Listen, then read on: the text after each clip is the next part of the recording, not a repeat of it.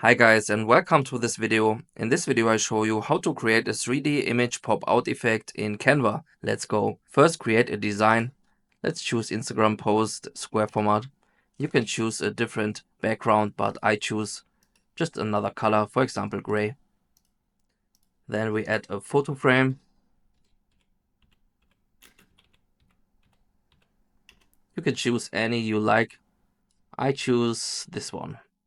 Now we can scale it down a little bit to fit your requirements and put it on center. Let's add a person now. See all and find a nice person, for example this man here. Alright, let's make it a little bit bigger and let's add shadow. In this case it's called glow.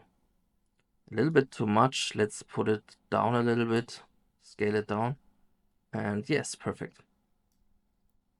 Alright, now we change the layer, show layers, and put it behind the frame. The next step would be to mark the man. Press Ctrl C and Ctrl V to copy the man. You can also do it by right-clicking and copy, paste, but I do it the simple, fast, shortcut way. Now you drag and drop the person on top of the other picture, and you can cut down two sides, the down side and the left side.